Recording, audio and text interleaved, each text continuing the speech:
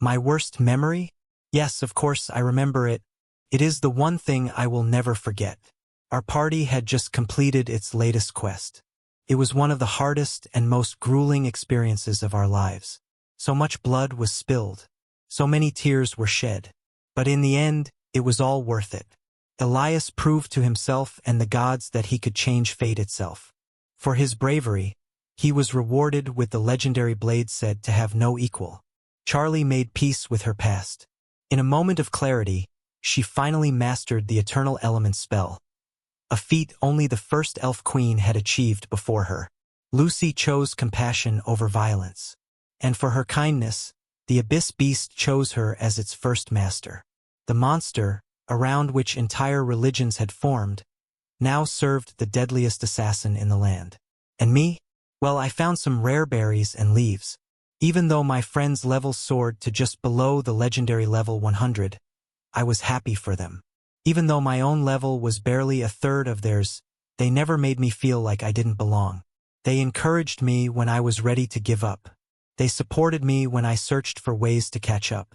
And even though other adventurers often mocked and looked down on me, my friends were always there to remind me of my importance to them. Not just as a healer, but as their dear friend. And then they kicked me out.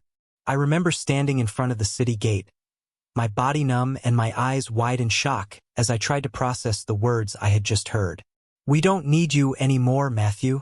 Elias spoke with a cold, hard gaze, the warm and welcoming smile gone. I didn't recognize the man standing before me. I asked if it was a joke. My disbelief turned to despair as I begged my friends to tell me what I had done wrong. My despair morphed into pain as I promised to do better. None of them even looked in my direction. They turned and walked away, our conversation over. I didn't want it to end. I thought I could still reason with them. I chased after them but tripped on some vines. I recognized the feeling of Charlie's magic in them as the plants locked around my ankle like a shackle. "Please, I promise I'll do better." I was sobbing on the ground by then, pathetic, weak, and terrified of being alone. "Please, I'm begging you." I thought their silence would hurt me the most. I was wrong. "Do you really want to come with us?" Lucy asked, her voice dismissive and annoyed. She didn't even bother to look at me as she threw her dagger at me. "Then use this to cut yourself free. If you do, we'll let you follow us." I grabbed the dagger and started sawing at the vines. But no matter how much I slashed or stabbed, they refused to break. But I didn't care. I swung the blade like a man possessed, desperately trying to cut through even one vine. But these weren't ordinary vines. They were imbued with the magic of the eternal elements. Charlie had made them harder than the steel of the dagger. My hopes of staying with the party shattered along with the tiny blade. "I guess we're done here," Elias said. His back turned to me in disappointment. "Just like the others. Don't follow us, Matthew. You'll only slow us down." The vines disappeared once my former party was out of sight. I remained on the ground, wallowing in pity and despair over what had happened. I hated myself. I hated how weak I was. I hated how pathetic I was. I hated how lonely I was. I tried to move on. I tried to start fresh. But the rumors of my dismissal spread like wildfire, and soon my reputation was worse than ever. No one believed me when I said I was simply kicked out. No, according to the other adventurers, there had to be more to the story. The rumors mutated with each retelling. They accused me of everything from stealing loot to attempting to murder my friends in their sleep. I wasn't banned from taking quests, but no party would take me in. Potential clients refused to hire me once they heard the whispers. I tried to leave to start over somewhere new, but the whispers followed me like a curse. Some even began to believe I was cursed. I started to believe it myself when I saw my level drop. "It's all their fault."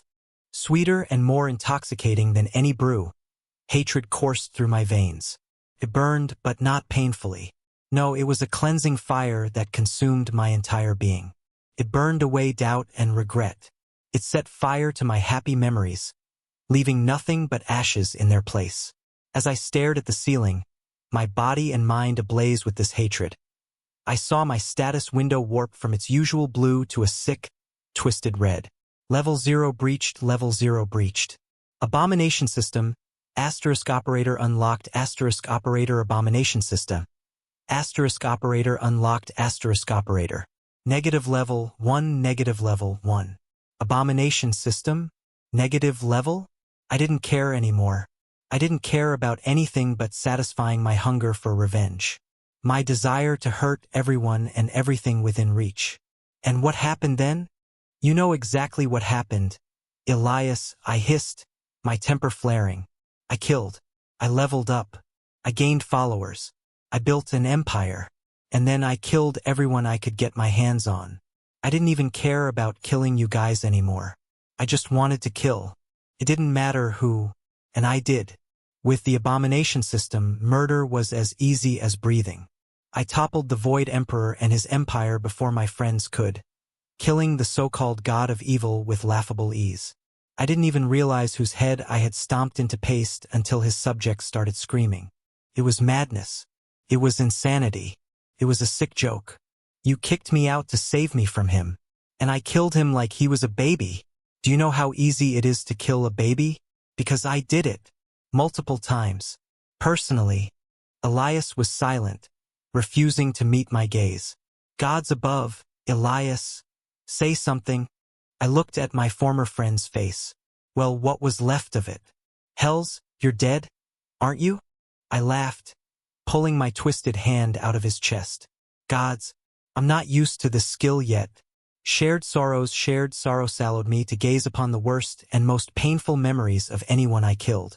Though it had no combat applications, it was invaluable for intelligence and strategy. I could see every mistake generals had made in their plans. I could also use those memories to torment survivors. And when I removed the hearts of my former party members, I saw their greatest regret. Nothing haunted them more than abandoning me. I saw Elias, strong and brave, drowning his sorrows in a cheap tavern. He got into a fight with drunkards and welcomed every punch to dull the pain of what he had done to me. I saw Charlie, loving and bright, staring hatefully at her hands.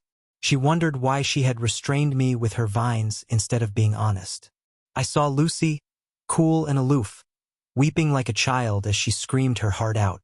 Her familiar tried to comfort her, promising that I would be safe, just as they had all wanted. You should have let me come. I stood silently as my hordes devoured the last remnants of humanity outside the castle. My extermination points increased until I reached a new negative level. Negative level 100, negative level 100. You have own new skill available, you have own new skill available. Just one? I wasn't disappointed. All kingdoms had fallen. All humans and beasts were dead. My subjects were extensions of me. I was alone in this world. Even if it was a powerful ability, I had no one to use it on but myself. Still, I was curious. Show me. Asterisk operator CDOF abomination asterisk operator. Transporti hour send sainto random wanton your post. Grow mightier. Act smarter. Be crueler. Letindo full comive nearlier. Asterisk operator CDOF abomination asterisk operator. Transporti hour send sainto random wanton your post. Grow mightier. Act smarter. Be crueler. Letindo full comive nearlier. Limitation, 1- time use limitation, 1- time use. I knew the abomination system well by now. It wasn't like other systems. It was a living thing that existed solely for cruelty. Every skill it gave me, every quest it sent me on served one purpose: spreading death and misery. I was no exception. The system wanted me to go back in time and try to fix everything. It wanted to watch me struggle to prevent the evils I would commit. It wanted to see me fail. Bring it on, I whispered as I activated the skill. You'll regret giving me a way back. In a flash of light, I was gone from that world. In a flash of light, I was gone from that ruined world. When I opened my eyes, I was no longer in the desolate wasteland I had created. Instead, I found myself standing in a familiar town square, surrounded by the bustling sounds of life. The air was fresh, the sun was shining, and the people around me were alive. Unlike the hollow shells I had left behind, I looked down at my hands. They were no longer twisted and scarred from years of battle and bloodshed. They were young again, unmarked by the horrors I had committed. My body felt lighter, my mind clearer. But the abomination system was still there, lurking in the back of my consciousness. Its twisted red interface a constant reminder of what I had become. I took a deep breath, trying to steady myself. This was my chance to make things right, to prevent the tragedy that had set me on the path of destruction. But I knew it wouldn't be easy. The abomination system was watching, waiting for me to fail. "Hey, leave him alone." I recognized that voice almost immediately. I turned to see a young man with fiery red hair and a confident swagger. It was Elias, but not the cold, hardened warrior I had last seen. This was the Elias I had met years ago, full of life and ambition. He was confronting a group of bullies who had been harassing a younger adventurer. "Come on, Elias, we were just playing around," one of the bullies said, trying to laugh it off. "Yeah, it was just a game," another added, though his voice wavered under Elias's glare. "Oh really?" Elias cracked his knuckles, a dangerous glint in his eyes. "Then maybe I should play with you too." The bullies hesitated, then quickly backed away, muttering excuses as they disappeared into the crowd. Elias scoffed and turned to the younger adventurer, offering a hand. "Gods above, can you believe some people?" he said, helping the boy to his feet. "You all right there, my fellow newbie?" Couldn't help but chuckle. Calling me a fellow newbie almost made us sound like equals, even though his level was already 52 to my measly 15. But my negative level was still at 100. A dark secret I carried with me.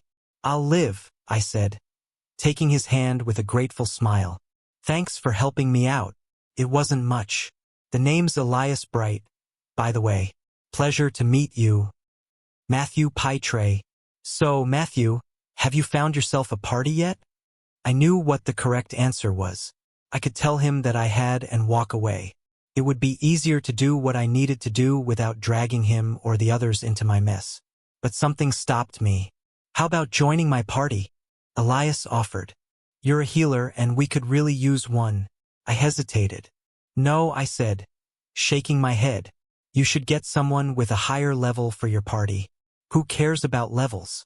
My old man is 10 levels below me and still kicks my ass when it comes to technique, running a house, and being a man in general. Besides," he placed a hand on my shoulder with a smile, "you can always get stronger. Stick with me, and you'll be level 100 before you know it." It was a boast, but there was something about the way he said it that made me believe him. Even back then, I hadn't fully believed it, not logically, at least. But seeing him look at me with such faith and confidence made me want to believe in myself again. "So you really think I can do it?" I echoed my question from the past. "Hey, I don't just say that to everyone, you know," he smirked cheekily. "It's my special skill. I've got an eye for talent." "Very well," I said, extending my hand. "Looking forward to working with you." As Elias shook my hand, I could hear the abomination system laughing at me. A new quest appeared. "Countdown to inevitable, you have kasen toethapath that tonsil to you in, can your demyar self and killy our own future?" Countdown to inevitable, you have kasen toethapath that tonsil to you in, can your demyar self and killy our own future? Success. Destruction of abomination system, plus rep with heroes party, plus experience points. Failure. Rule of abomination system, rep with heroes party, plus extermination points, plus forever horror spellbook, plus armor of atrocities, plus blade of bloodshed. I glared at the list of perks the abomination system tried to bribe me with. My mind was clear of its influence now, but one thing worried me. The quest stated that I needed to prevent a tragedy. For me, that tragedy was being kicked out of the party. If I was abandoned again, would I be locked into that future with no way to change it? The way the abomination system laughed in my ears suggested as much. I had less than a year to make sure I wasn't kicked out of the party. "Matthew, are you coming or not?" Elias asked. "We've got a lot of work ahead of us, and we still need more members." "Of course," I said, joining Elias as we set off to find the rest of our party. "Lead the way. In just 1 year, I would either be free from the abomination system or become its slave forever." Joining Elias's party felt like stepping into a dream I had lived once before. But this time, I was determined to change its ending. The party was small, just Elias, Charlie, Lucy, and me. But even in its infancy, I could see the seeds of greatness in each of them. Elias was the leader, brash and confident, with a knack for inspiring others. Charlie was the mage, brilliant but haunted by her past. Lucy was the assassin, cold and calculating, but with a hidden warmth she rarely showed. And then there was me, the healer, the one who was always a step behind. But this time I wasn't just a healer. I carried the weight of the abomination system, a dark force that whispered promises of power and destruction. It was a constant presence in my mind, urging me to embrace the hatred that had consumed me in my previous life. I resisted. Every day, I fought against its influence, clinging to the hope that I could rewrite my fate. As the months passed, our party grew stronger. We took on quests, defeated monsters, and forged bonds that felt unbreakable. But beneath the surface, I could feel the abomination system stirring, testing my resolve. One night, after a particularly grueling battle, I found myself alone by the campfire. The others were asleep, their breathing steady and calm. I stared into the flames, my mind racing. "You're wasting your time," the system whispered. "You know how this ends. Why fight it?" I clenched my fists, trying to shut out the voice. "I'm not like you," I muttered under my breath. "I won't let you win."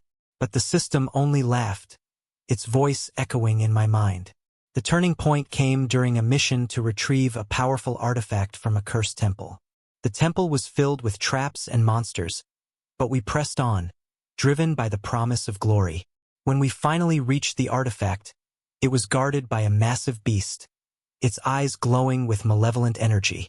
The battle was fierce, and for a moment it seemed like we might not make it. That's when the abomination system made its move. "You could end this," it whispered. "Just let me in. I'll give you the power to destroy it." I hesitated, my hand trembling as I reached for the artifact. The beast roared, its claws slashing through the air. I could feel the system's power surging within me, begging to be unleashed. But then I heard Elias's voice, shouting my name. "Matthew, don't." I turned to see him, bloodied but still standing, his eyes filled with determination. "We're a team, remember? We don't need to rely on some cursed power to win." His words snapped me out of it. I stepped back, letting the system's influence fade. Together, we defeated the beast and claimed the artifact. As the year drew to a close, I could feel the abomination system growing restless. It knew its time was running out, and it wasn't going to go quietly. One night, it confronted me in a dream.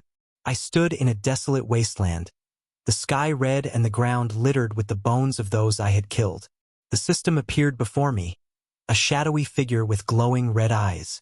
"You've had your fun," it said, "but it's time to end this charade. Embrace your true nature, Matthew. You were never meant to be a hero." I shook my head, my resolve hardening. "I'm not you. I won't let you control me." The system laughed, its voice dripping with malice. "Then let's see how long you can last." The final battle wasn't against a monster or a villain. It was against myself. The abomination system unleashed its full power, trying to overwhelm me with visions of destruction and despair. It showed me the future I had lived, the cities I had burned, the lives I had destroyed. It tried to break me, to make me believe that I was beyond redemption. But I fought back. I remembered the bonds I had formed with Elias, Charlie, and Lucy. I remembered the kindness they had shown me, the faith they had in me. And I remembered the promise I had made to myself, to be better, to do better. With every ounce of strength I had, I pushed back against the system's influence. I could feel it weakening, its hold on me slipping. When I opened my eyes, I was back in the present.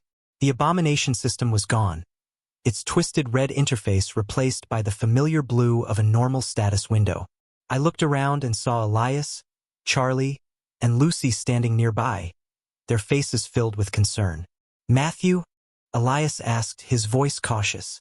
"Are you okay?" I nodded, a smile spreading across my face. "Yeah, I'm okay.